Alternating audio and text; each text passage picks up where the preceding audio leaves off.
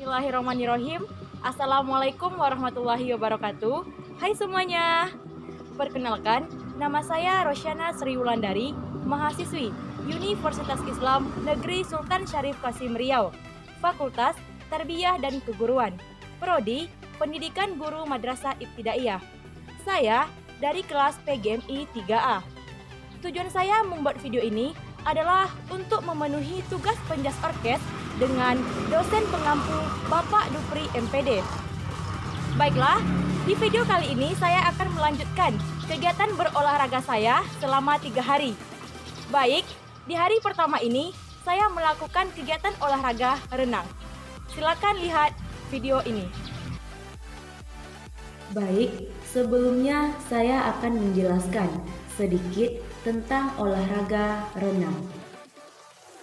Bicara soal renang, siapa yang tidak kenal dengan salah satu cabang olahraga akuatik ini? Olahraga renang dilakukan di dalam air dengan cara menggerakkan hampir semua bagian tubuh. Renang adalah gerakan berpindah tempat secara teratur di air dengan cepat menggunakan tangan dan kaki. Renang juga disebut dengan upaya untuk menggerakkan, mengapungkan, atau mengangkat semua bagian tubuh ke atas permukaan air. Olahraga renang kerap dilakukan tanpa perlengkapan ataupun bantuan. Jadi, dalam renang lebih banyak menggunakan anggota tubuh, terutama bagian tangan dan kaki untuk bergerak ataupun mengapung di air. Tujuan dari olahraga renang adalah untuk melatih otot tubuh dan kekuatan jantung. Selain itu, juga dapat meningkatkan metabolisme, sehingga tubuh dapat membakar lebih banyak kalori. Selanjutnya, kita harus mengetahui peralatan yang dibutuhkan dalam olahraga renang. Yang pertama, baju dan celana renang. Gunakanlah baju dan celana renang saat hendak berenang, karena pakaian tersebut akan memudahkan kita dalam berenang. Yang kedua, kacamata renang. Pernahkah kamu setelah selesai berenang, matanya terasa perih dan memerah? Kamu dapat mengurangi efek ini dengan mengenakan kacamata renang. Tanpa memanfaatkan kacamata renang, air akan masuk secara bebas, sehingga membuat mata kamu terasa perih dan gatal. Yang ketiga, pelampung renang. Pelampung berfungsi untuk membantu kita mengapung di air dan melatih kaki untuk mendorong. Yang keempat, topi renang. Rambut akan terasa mengganggu saat berenang. Selain menambah beban karena rambut menyerap air, juga menyulitkan mata melihat karena tertutup oleh rambut, apalagi jika rambutnya panjang. Dan yang terakhir yaitu kaki katak. Kaki katak berfungsi untuk membantu kita dalam melakukan tendangan ataupun tolakan, sehingga dapat melaju dengan cepat. Nah, kira-kira apa saja manfaat yang akan kita dapatkan dengan berolahraga renang? Yang pertama, menjaga berat badan ideal. Renang tidak hanya menyenangkan, tetapi juga cukup ampuh untuk menjaga berat badan ideal. Faktanya, berenang selama 1 jam, kita dapat membakar 100 sampai dengan 120 kalori.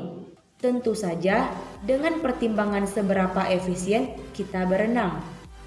Yang kedua, membentuk dan menguatkan otot. Menguatkan otot-otot di dalam tubuh, salah satunya adalah otot triceps. Bahkan, peningkatan massa otot triceps ini dapat mencapai 23,8% apabila rutin berenang dalam 8 minggu ataupun lebih. Yang ketiga, baik untuk kesehatan jantung. Renang membantu melancarkan sirkulasi jantung saat memompa darah dan mengirimkannya ke seluruh bagian tubuh. Yang keempat, tinggi badan bertambah. Berenang secara baik dan benar akan membuat tubuh tumbuh lebih tinggi. Hal ini tentunya baik bagi kita yang masih dalam masa pertumbuhan. Dan yang terakhir, membuat tubuh menjadi rileks. Ketenangan di dalam air cukup bagus untuk kesehatan mental dan melepaskan tegangan otot ataupun sendi kita, sehingga badan akan merasa lebih fit dan bugar kembali. Yang saya rasakan saat olahraga renang adalah ketika saya masuk ke dalam kolam renang, rasa lelah saya akan terasa hilang. Kesegaran airnya membuat aktivitas olahraga terasa lebih menyenangkan. Berenang dalam masa persebaran virus seperti ini umumnya aman untuk dilakukan. Campuran air dan klorin yang terkandung di dalam air kolam renang dapat membunuh virus tersebut. Kita harus mandi sebelum dan setelah berenang, dan juga sering membersihkan tangan kita dengan cairan disinfektan. Tetap aktif selama wabah COVID-19 diperlukan untuk menjaga kesehatan jantung, kekuatan otot, dan fleksibilitas. Tetap aktif juga baik untuk kesehatan mental bagi orang-orang yang memilih terus berada di rumah, guna untuk menghindari penularan virus corona. Baiklah, sampai jumpa di hari besok. Baiklah, berjumpa lagi bersama saya, Rosyana Sri Wulandari. Di hari kedua ini, saya akan melakukan kegiatan olahraga bermain raket selama 30 menit. Silakan lihat video berikut ini. Di pertemuan minggu pertama, saya sudah menjelaskan pengertian bulu tangkis, tujuan bulu tangkis, peralatan yang dibutuhkannya, manfaatnya, serta apa saja yang saya rasakan saat atau setelah bermain bulu tangkis tersebut. Sekarang, di video ini saya akan menjelaskan tentang sejarah bulu tangkis. Asal-usul bulu tangkis diperkirakan berkembang pertama kali di zaman Cina kuno lewat permainan jianzi. Jianzi merupakan permainan sederhana yang menggunakan shuttlecock dan kekuatan kaki. Aturan permainan ini adalah menjaga agar shuttlecock tetap berada di udara selama mungkin dan tidak jatuh ke tanah. Selain di Cina, olahraga bulu tangkis juga dipercaya berkembang lewat permainan battledores yang populer di Inggris tempo dulu. Permainan ini menggunakan sebuah tongkat pemukul untuk menjaga shuttlecock tetap berada di udara dan tidak jatuh ke tanah. Mengutip buku Pendidikan Jasmani Olahraga dan Kesehatan, olahraga bulu tangkis yang dimainkan secara kompetitif menggunakan net mulai muncul di abad ke-19 di Pune, India. Dahulu, kota Pune disebut sebagai Pona, karena itu permainannya juga disebut sebagai Pona pada masa itu. Di sekitar tahun 1850, Pona kemudian dibawa ke Inggris oleh para tentara kerajaan Inggris yang saat itu menjajah Indonesia. Kemudian di tahun 1860, permainan yang awalnya disebut Pona atau battledores ini mulai disebut sebagai badminton. Sejak saat itu, permainan badminton menjadi populer dan mengalami perkembangan pesat. Badminton atau bulu tangkis ini kemudian dibawa oleh orang-orang Belanda dan akhirnya masuk ke Indonesia. Pada tanggal 5 Juli 1934 didirikan International Badminton Federation atau IBF, sebuah organisasi yang mengatur kegiatan badminton di tingkat internasional.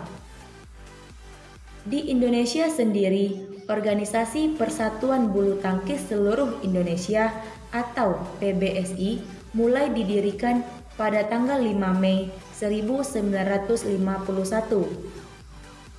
Indonesia kemudian resmi menjadi anggota IBF pada tahun 1953.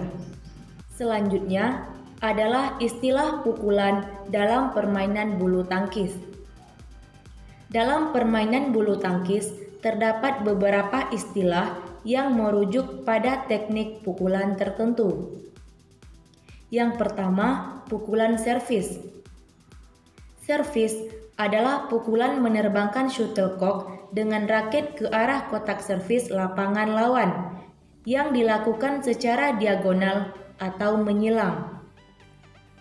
Pukulan ini dilakukan di awal permainan sebagai pembuka atau untuk memulai suatu permainan. Ada beberapa macam-macam pukulan servis. Yang pertama, servis pendek. Shuttlecock dipukul dan menyusur tipis melewati net. Yang kedua, servis panjang. Memukul shuttlecock setinggi-tingginya agar jatuh ke garis belakang bidang lapangan lawan. Yang ketiga, servis datar. Shuttlecock dipukul dengan cepat, keras, dan datar sehingga dapat melewati net secara sejajar dengan lantai. Dan yang terakhir, servis cambuk. Dilakukan dengan cara mencambuk atau memukul shuttlecock secara mendadak. Yang kedua, pukulan lob atau clear. Lob adalah pukulan yang dilakukan untuk menerbangkan shuttlecock setinggi mungkin dan mengarah jauh ke belakang garis lapangan lawan. Lob dapat dilakukan dengan dua cara. Yang pertama, overhead lob. Pukulan lob ini dilakukan dari atas kepala. Pukulan tersebut akan membuat shuttlecock terbang melambung ke arah belakang lapangan lawan. Yang kedua, underhead lob. Pukulan lob yang dilakukan dari bawah. Yang ketiga, pukulan drop shot. Drop shot adalah teknik memukul dalam bulu tangkis untuk menerbangkan shuttlecock ke area lawan dan tetap berada di dekat jaring. Pukulan ini dilakukan dengan dorongan yang pelan atau lembut agar shuttlecock bisa jatuh di dekat net. Dan yang keempat, pukulan smash. Smash merupakan teknik memukul shuttlecock yang diandalkan untuk mencetak poin. Smash dilakukan dengan cara memukul shuttlecock secara keras dan cepat. Ada macam-macam teknik dalam pukulan smash. Yang pertama, smash penuh. Shuttlecock dipukul dengan daun raket sepenuhnya dengan kekuatan maksimal. Yang kedua, smash potong. Pukulan tidak dilakukan dengan keras, namun shuttlecock dapat meluncur dengan lebih tajam dan terarah. Yang ketiga, around the head smash. Smash dilakukan dengan lengan yang berputar dan mengitari atau dilingkarkan di atas kepala. Dan yang terakhir, backhand smash. Pukulan smash yang dilakukan menggunakan daun raket bagian belakang. Yang kelima, pukulan drive. Pukulan drive adalah teknik memukul shuttlecock secara cepat dan mendadak ke arah lawan. Pukulan ini biasanya dilakukan secara diagonal atau lurus ke depan. Halo semuanya. Di hari ketiga ini, saya akan melakukan kegiatan olahraga jogging selama 30 menit. Silakan lihat video berikut ini. Di video hari ketiga ini, saya akan menjelaskan tentang sejarah olahraga jogging.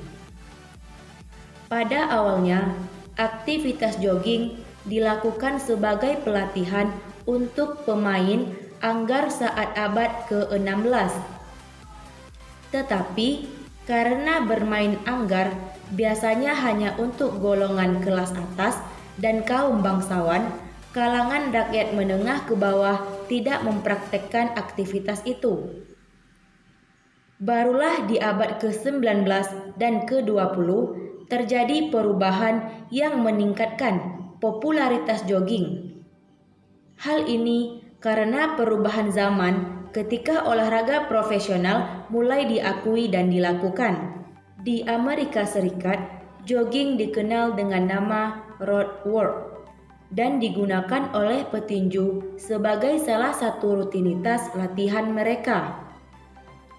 Olahraga jogging mulai populer pada tahun 60-an ketika warga Amerika Serikat sedang khawatir dengan pola hidup mereka yang tidak sehat.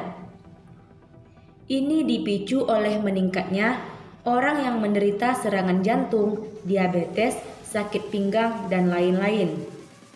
Pelatih olahraga Bill Bowerman menyarankan jogging untuk olahraga yang simpel dan dapat dilakukan oleh semua orang. Saat itu, Bowerman sedang mengikuti program olahraga jogging di Auckland Jogger Club, Selandia Baru, bersama pemiliknya Arthur Lydiard. Klub ini ditujukan agar peserta mendapatkan olahraga yang ringan sambil bersosialisasi, agar tidak jenuh saat melakukannya. Bowerman sangat terkesan dengan olahraga ini dan sangat yakin bahwa olahraga ini dapat terkenal di Amerika Serikat. Untuk mewujudkan ini, ia membuat buku yang berjudul Jogging a Physical Fitness Program for All Ages pada tahun 1967. Buku ini ternyata laku keras dan banyak orang yang mulai mengikuti rutinitas itu. Hingga kini, tren jogging masih berlangsung dan bahkan sudah dikenal di seluruh dunia. Ketika mulai berolahraga pun, jogging telah menjadi salah satu hal dasar yang dipelajari untuk melatih kebugaran. Yang pertama, kecepatan. Perbedaan lari dan jogging yang paling mencolok adalah kecepatannya. Secara khusus, apapun yang kurang dari 10 menit per mil umumnya dianggap jogging. Dan kecepatan di atas 10 menit 1 mil umumnya dianggap lari. Yang kedua, perbedaan gerak tubuh. Salah satu perbedaan lari dan jogging yang utama berkaitan dengan gerakan tubuh. Adnan Munye, seorang pelatih pribadi, spesialis cedera olahraga dan pendiri Amfitness, mengatakan bahwa jogging memiliki irama yang melambung, sedangkan lari terdiri dari langkah yang lebih panjang dan gerakan lengan yang lebih cepat. Yang ketiga, kalori. Perbedaan lari dan jogging juga terkait dengan kalorinya. Berlari cepat juga akan menghasilkan pembakaran kalori yang lebih baik. Menurut penghitung kalori American Council on Exercise, orang dengan berat 150 pon akan membakar 91 kalori dengan jogging dengan kecepatan 5 mph selama 10 menit. Itulah kegiatan olahraga yang saya lakukan selama 3 hari. Sampai jumpa di minggu ketiga. Wassalamualaikum warahmatullahi wabarakatuh.